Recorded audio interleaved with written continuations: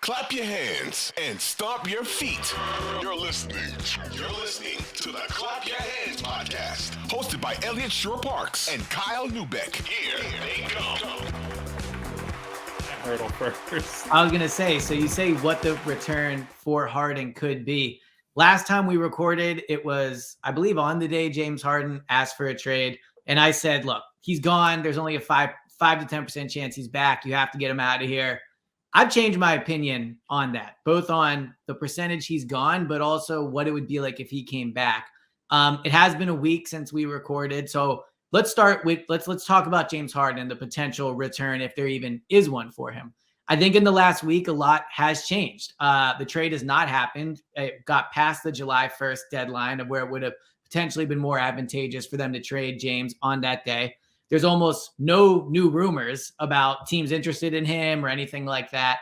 And now he's partying in the Hamptons with Joel Embiid, Tobias Harris. Obviously, Michael Rubin's no longer an owner, but an influential figure with the Sixers. And Tyrese Maxey, Josh Harris, all those guys are there. So, I was going to say, he was spotted talking to Sixers owner Josh Harris, which I think is some really important context to add on top of all of that.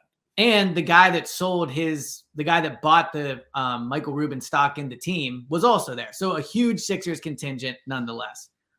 Here's my question for you. In the last week, has your opinion changed? What do you make of all this? Do you think James could actually be back? I think he could. I don't think he will, if I had to guess. I think and we already discussed this a little bit, but I think it's important to note over and over again that the Sixers have runway right now. They essentially have until late September before anything matters. This was not James Harden walking into training camp on the first day and saying, I want out of here. He said it as soon as free agency opened. Now, has this complicated their free agency plans? Certainly. They haven't done much of anything so far. We don't know what's yet to come because of that. And it's all being sort of locked up because we don't know what will happen with James. But they have 2.5 months, essentially, to get something done. And it's going to annoy the fan base. It's going to suck if they just have to hear rumor after rumor after rumor and hear the reports from people like Woj saying, yeah, well, they're entertaining him coming back. Like, I can understand that's annoying from a fan base that I think on a lot of levels has just written James off. I do think there's, let's call it like a 15 to 20% chance that James comes back. I don't think that's going to move one direction or another for quite a while. But the Sixers are going to wait this out. They're going to see the dust settle on free agency. The Clippers are still the team that, one, James wants to go to, and two, I think has pretty significant interest in bringing James over there. So they're going to be tied together the rest of the summer the same way that Dame Lillard and the Heat will be for the rest of the summer. And I don't know, man. I wish I could tell you, yeah, they're going to get this and he's going to get traded on this day or for this package and all that. But I think it's not the same as the Ben Simmons situation because it's not as combative. I think it's more rooted in James wants to win, felt disrespected and what have you by what happened with the contract stuff, but was not like I'm going to just never play for you again for multiple years. It's a guy on an expiring contract who has a shelf life for his career at this point in his mid-30s, who has some urgency to get where he needs to go. So we'll see what happens. So obviously, as we started with, I was not at the Michael Rubin party. Kyle's going to take care of that for next year. So I wasn't there for all those photos. So it could be these photos. They did a shot and they said, hey, man, it was great playing with you. Let's enjoy a good night together. But I also think you could look at those photos, and I think they're important in the way that one thing with Harden, and I probably said this on the last pod, was if you look at when he wanted out of Houston, he caused a bit of a scene to get to Brooklyn. Wanted to get out of Brooklyn, caused a bit of a scene to get to Philly. I think a key difference here is this, and correct me if you think I'm wrong. I still think James wants to be in Philadelphia. Would he prefer to play for LA because maybe he feels more wanted there and he feels kind of burned by Daryl? Yeah, I think that's probably part of it. But he's already opted in. He's on his one-year deal. He clearly is still friendly with Joel, Tobias, Tyrese, and I can't imagine he has a bad relationship with Nick Nurse off of one meeting. He knows he can win here. I think he has a way better chance to win in Philadelphia than he does with the Clippers. I think the West, I just don't see the Clippers doing it. So I think if he were to, take a month and a half and get over what has happened, and maybe he does have a right to be upset. Maybe Daryl did kind of backhand promise him some money last year and now it didn't happen, whatever. But I think there's just a major difference between James wanted out of those places because he no longer wanted to play there. Now I think he only wants out because he didn't get his money. I still think he enjoys being a Sixer to an extent. So I do view it as more than a 15 or 20% chance, because if Daryl is going to hold strong for a good return, and he should, by the way, he shouldn't just trade him. If he's going to hold strong for that, I just wonder if James eventually will go, all right, you know what? I like playing here. I have a chance to win. I don't have to move. Maybe I'll just come back. Yeah, I think to your point that the players on the team, I don't think have done anything to make James mad, right? We could read between the lines with what he's saying reportedly about wanting more offensive freedom, that some of that is that, look, Joel has to get however many touches and he's the center of the offense and so on and so forth, that those are not shots at him, but sort of indirect shots at him just in the way that the team is set up. Mm-hmm. But I do think good relationships with Joel, Tobias, Tyrese, all the important guys on the current team. So if it comes down to there's just not a trade out there and he's got to try to, because look, so much of this comes down to what does James Harden's next deal look like?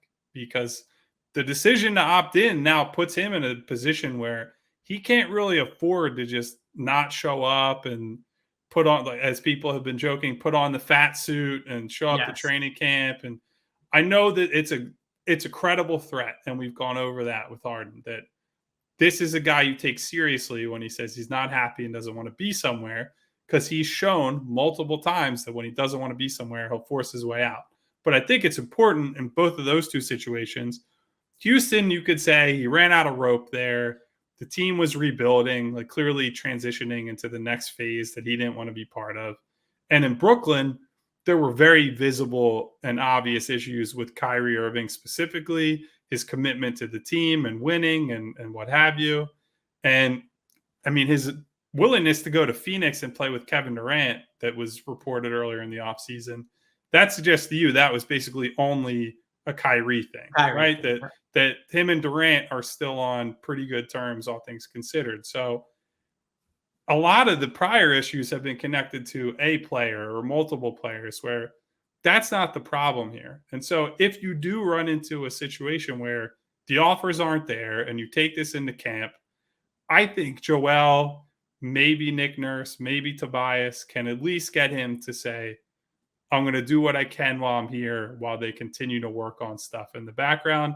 Maybe that's naive, and maybe that's a misunderstanding of who James Harden has shown himself to be. I think regardless, even if he puts on a good face, it's not going to make it any better in terms of the public discourse on this.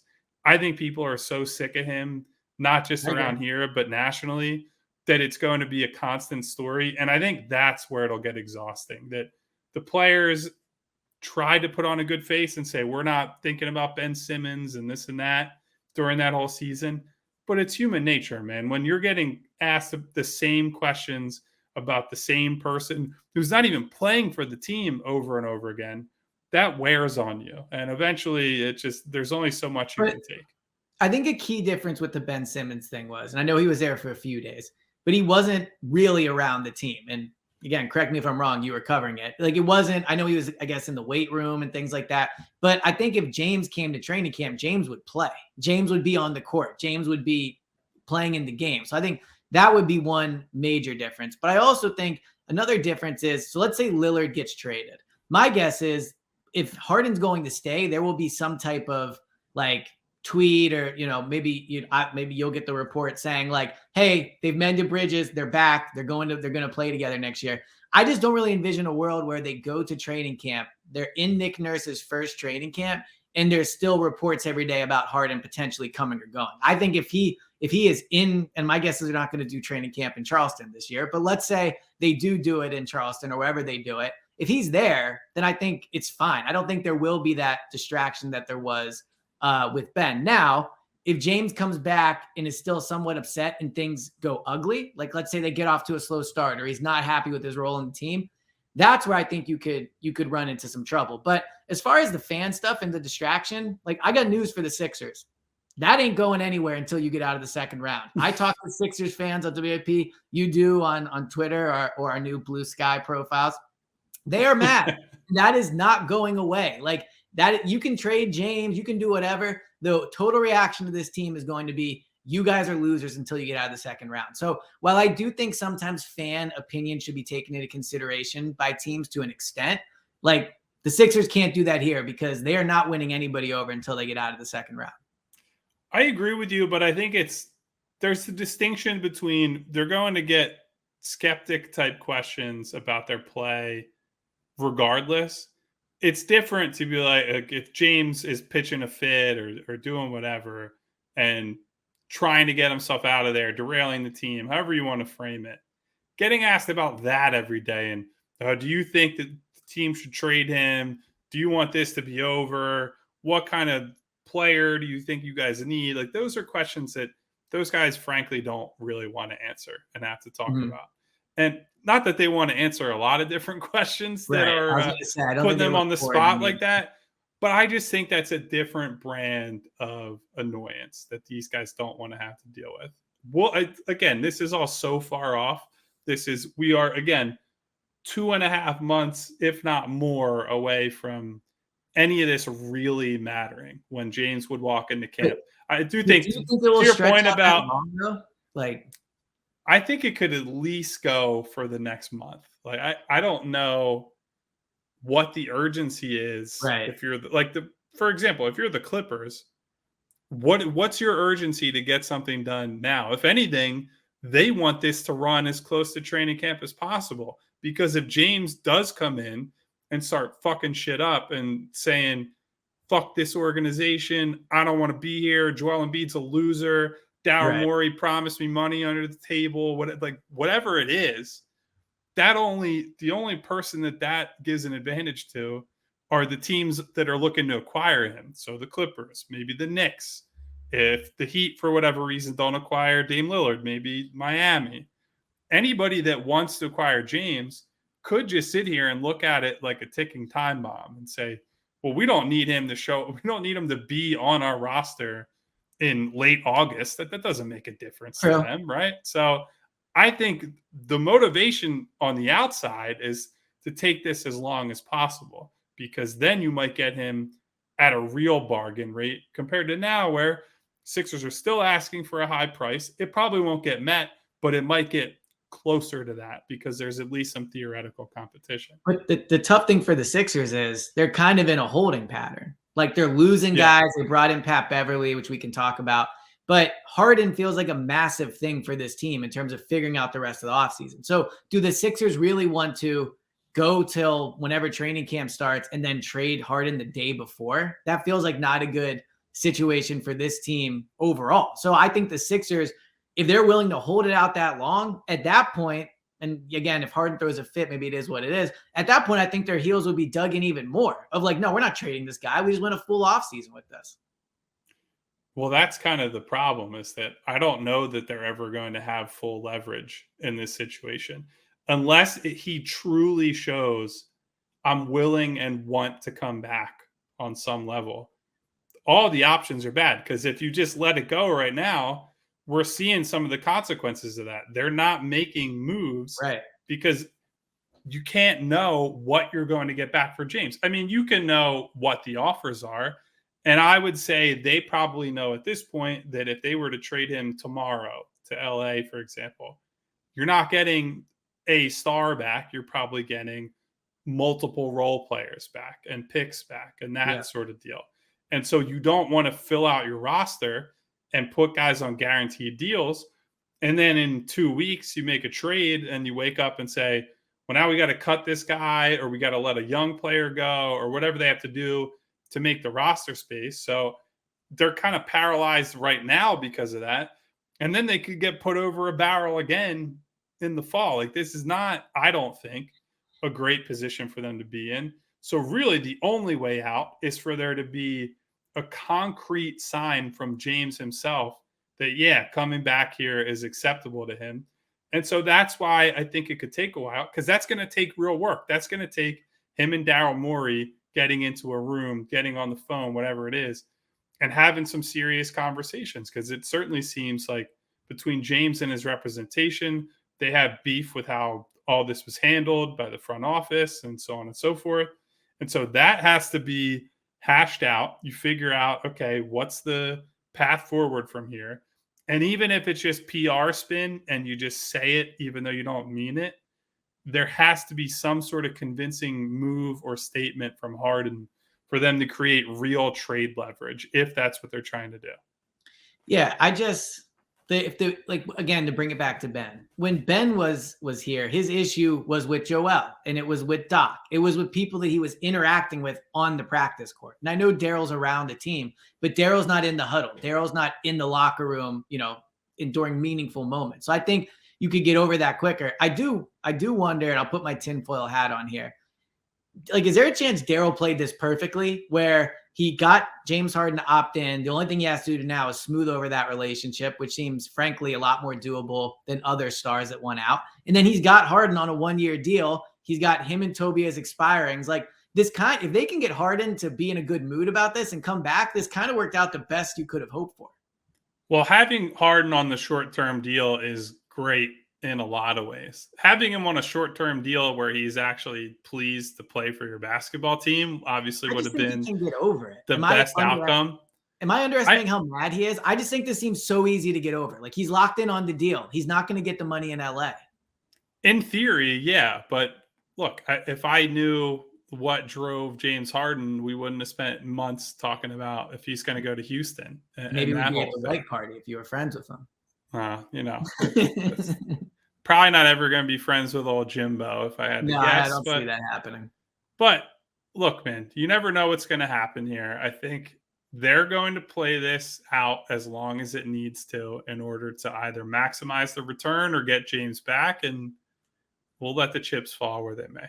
So the last kind of poker chip here, the last big piece that the Sixers are at least publicly saying they're fine holding on to, is Tobias Harris. Tobias Harris was also at the party in the pictures. It's funny. There's this one picture of him, Joel, and James where it looks like he's kind of pulling everyone together for a group hug. And it's like, man, look at Tobias now, the team leader once again, pulling together everyone to bring this back. But a reaction to that pick was from Sixers fans, they might really run this back. They might bring Tobias back. They might bring Harden back. They're obviously not going to trade Joel. They keep Tyrese. So Tobias feels like a piece as well that is, all right, maybe they will run this back. Let me ask you this.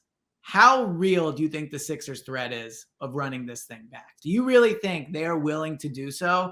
Or is all these pieces combined? Maybe they're being real about Tyrese, maybe Harden, but overall, this roster from a starting five perspective, not just the depth pieces, but the main pieces of the team, do you think they are really willing to run this thing back? For sure. If they don't think that there's a better option, whether that's via trade, who they can pick up that's left in free agency, I don't think they're just going to make a trade just to do it. I think, again, if you go back to where we started with Maxey, you're not going to say to Maxey and his agent, we're not extending you because we want to potentially sign a max guy next offseason and then we'll take care of you, so on and so forth. And then you flip Tobias Harris for, we'll call it bad money over the long term, over a couple contracts. And then you eat into that space. And it's like, well, we potentially pissed off Maxey, who's a better and more important player than whoever you're bringing back for Harris. And then on top of that, killing yourself in free agency next season. Then you're just losing every single battle at the same time. So I think Harris is important on a lot of levels, right? Like we talked about, if they want to flip a contract for a big chip out there, that he's the guy that they have to move. Now, Harden being in the trade marketplace now changes that a little bit, right? You can use his salary and do some creative things depending on. But you're probably not trading Harden. You're probably not trading Harden for another star, right? No. Like maybe it's a 3-team deal, but Toby's your star piece. That's like your contract to get a star. Yeah. So I mean, we'll see on Tobias. I think certainly if they were able to upgrade the team, maybe get some better fitting pieces because of him, then sure. But I think as from where we sit right now, it's also hard to trade Tobias not knowing what you're getting back for James. I think it's all kind of going to come together at once, right? If you trade James and you get guards, like heavy guards into the rotation, well, then what sense does it make to try to trade Tobias for if there are available guards, or vice versa? You trade James for wings and forwards. Well, then you have a log jam there, and it makes a lot more sense. Let's see what you can do with Tobias and get some guard help behind Maxey, maybe in the starting lineup, whatever you're going to do.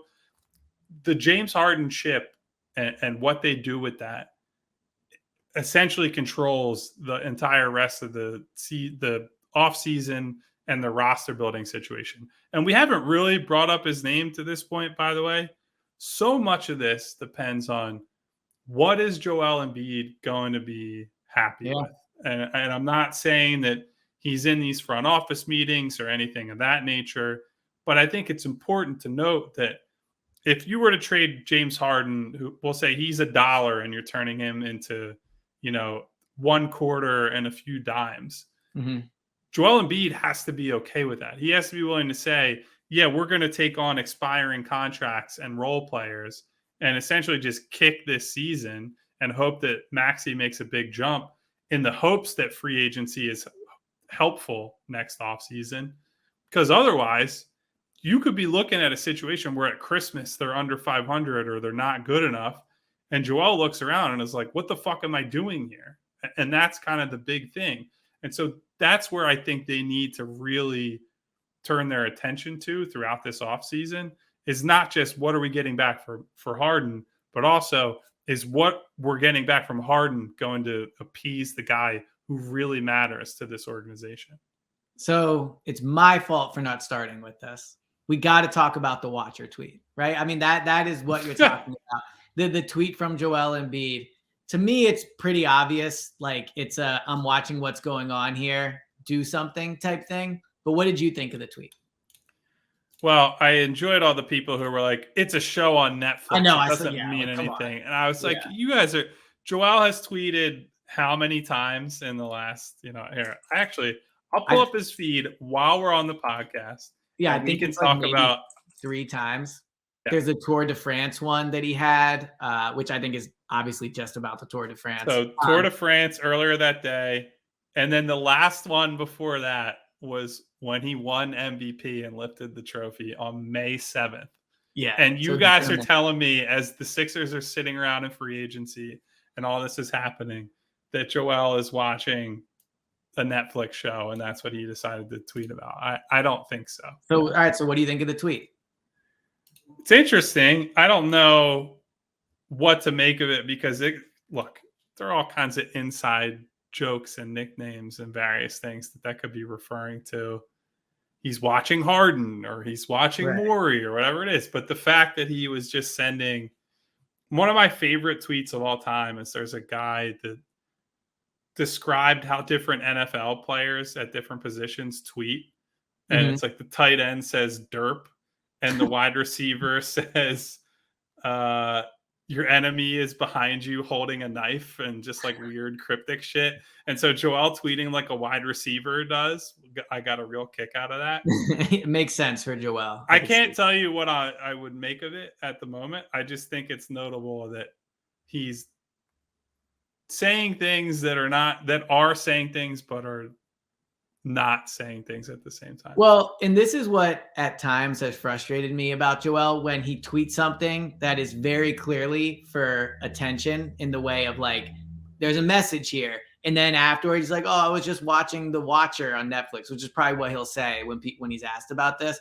Joel is too smart. I've been around Joel. You're around him way more. He's too smart not to know how this is going to be perceived. So I absolutely think it was something along the lines of, yeah, I'm like, go do something. Go do something. And I think there's been a lot of national NFL, NBA guys as well that have like hinted at, hey, like he could be someone that asks out. Tim Bontemps, if I'm pronouncing that correctly, was on the Hoops Collective with Brian Windhorst and said, essentially, like an informed opinion of, hey, Joel, like he is aware of that he needs something to happen here, and maybe he'll ask out. So I think that it's not at the point yet where the Sixers have to be worried about it. But I'll tie this back into Daryl Morey and Harden. This is why I think that the Harden thing probably won't stretch out maybe as far as you do. I think there'll be a resolution, whether that be a statement saying, hey, he's going to come back, or a trade. Because as much as Daryl has earned the reputation of being someone that will wait this thing out, he did it with Ben, he's doing it with Toby, he's earned that right. I also think Daryl is a good general manager and realizes, because you've said it repeatedly, and you know basketball, like this whole offseason is tied to Harden. You can't just ride this thing out unless you're serious about bringing him back. So I do think when you combine Joel wanting to see something happen, and maybe that something is Harden coming back, with the fact that so much of the offseason is tied to it, with the fact that Nick Nurse probably wants to not go into training camp knowing one of his best players could be traded at any moment, I think this Harden thing is going to within 2 weeks, there will be some type of resolution, whether it is, hey, he's back, or hey, he's going to be traded. Well, one thing that supports that idea is that every executive in the league will be in Las Vegas for Summer League coming up. Yeah.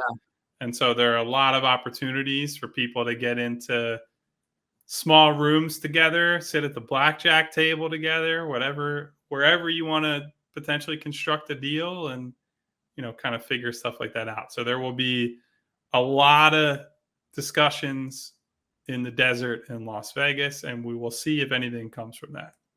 The last thing I'll say before we move to their only signing of the offseason is I am okay with running it back. Like I am. I think they're good enough to win a title as constructed. If you look at the continuity, I think it matters to bring that back. Very few teams throw it together. So while I understand the panic from Sixers fans that are frustrated with the team, I don't have that same do something. And I don't think the Sixers will be motivated by that either. I mean, Nick Nurse could be the difference between them beating Boston in Game 6 and then going on to, in my belief, the title. Couldn't even win a summer league game, Eliot. Come on. When you talk. I really respect the fact. I like the fact he's coaching the summer league. Like, I think that is a legit, really good thing to see from him.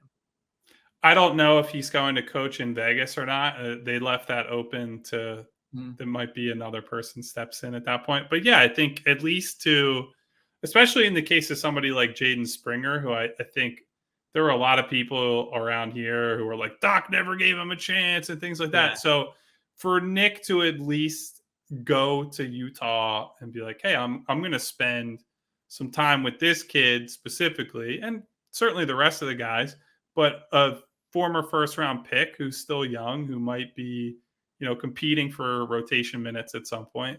I think that's some good due diligence, and, we'll see if anything comes from it, but not the worst move he's ever done. I would say that. So I'll save my Jaden Springer take for after these next two games. We're going to see him play. Not super impressed by him. As much as Turk Smith is like my kind of player, Springer is the exact opposite of like what I value in a player. But I'll let him play 2 more summer league games before I write his career off. We'll save 2 more for those. So thanks for watching. If you enjoyed this video, please don't forget to hit that subscribe button right here. You'll get all the videos in a playlist, and make sure you leave a comment in the section below to let us know what you think. And don't forget to follow us on social media to stay up to date. All our latest updates, new episodes, new podcasts. Links are in the description. Thanks again for watching, and we'll see you in the next video.